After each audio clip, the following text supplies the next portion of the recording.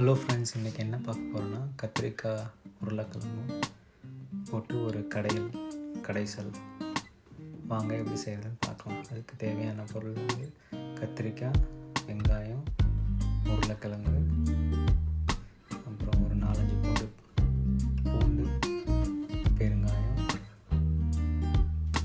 ஒரு டீஸ்பூன் சாம்பார் தூள், ஒரு டீஸ்பூன் மல்லித்தூள், டீஸ்பூன் சில்லி பவுடர் நீங்கள் ஆட் பண்ணிக்கோங்க, 1/4 டீஸ்பூன் மஞ்சள்தூள், அதுக்கு தேவையான அளவு உப்பு, ஒரு 4-5 பெப்பர்கார்ன்ஸ், மிளகு, முழு மிளகு, ஒரு சின்னூண்டு பட்டை ஃப்ளேவருக்காக, ஒரு 4-5 பச்சை மிளகாய், அப்புறம் அதுக்கு தேவையான அளவு தண்ணி, ஒரு 2 தக்காளி போட்டு 2 டீஸ்பூன் நல்லெண்ணெய் விட்டிங்களா, நல்லெண்ணெய் விடுங்க, இல்லை தேங்காய் எண்ணெய், இல்லை உங்கள்கிட்ட எந்த ஆயில் அவைலபிள் இருக்கோ அதை விடுங்க. எல்லாம் போட்டு ஒரு 3 விசில் விட்டு இறக்குனீங்கன்னா தாளிப்பு கடுகு, சீரகம், கருவேப்பிலை, அப்புறம் சின்ன வெங்காயம், இல்லை வேறு ஏதாவது ஆனியன் இருந்தாலும் ஓகே தான். அப்புறம் 4 காஞ்ச மிளகாய் போட்டு நல்லா வதக்கிட்டு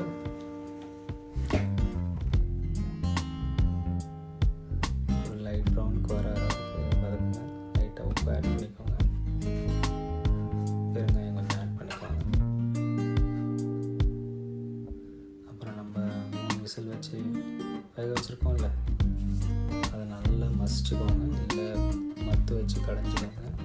அந்த கடைஞ்ச கடைசியில் அந்த தாளிப்போடு ஆட் பண்ணி கடைசியில் உப்பு செக் பண்ணி முடிஞ்சிருச்சு. குயிக்கான ஒரு கத்திரிக்காய் உருளைக்கிழங்கு கடைசல் ரெடி ஆகிடுச்சு. அதை கொத்தமல்லி போட்டு இறக்கிடுங்க. நம்ம அதை இட்லியோடையும் தோசையோடையும் எது வேணாலும் சாப்பிட்லாம். டிஃபன் ஐட்டம் கூட நல்லா போகும். ஸோ ட்ரை பண்ணி உட்காந்துப்பா. நம்ம இப்போ வந்து இட்லியோட சாப்பிட போகிறோம். நம்ம இட்லி வந்து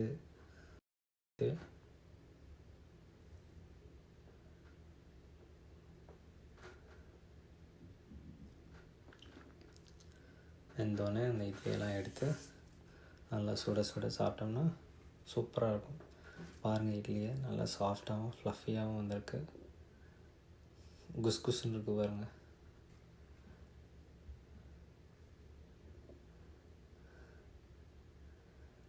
ஸோ அந்த டெக்ஸ்சரை பாருங்கள், நல்லா சூப்பராக வந்திருக்கு, டேஸ்ட்டாகவும் வந்திருக்கு. ஸோ இட்லியோட, தோசையோட, சப்பாத்தியோட, வேறு எந்த டிஃபனோட வேணாலும் வச்சு சாப்பிட்டாலும் ரொம்ப நல்லாயிருக்கும். குயிக்காக ஈஸியாக செஞ்சிடலாம். ஒரு 5 மினிட்ஸ் தான். ஸோ ட்ரை பண்ணுங்கள். கண்டிப்பாக எனக்கு கமெண்ட் பண்ணுங்கள். தேங்க்யூ.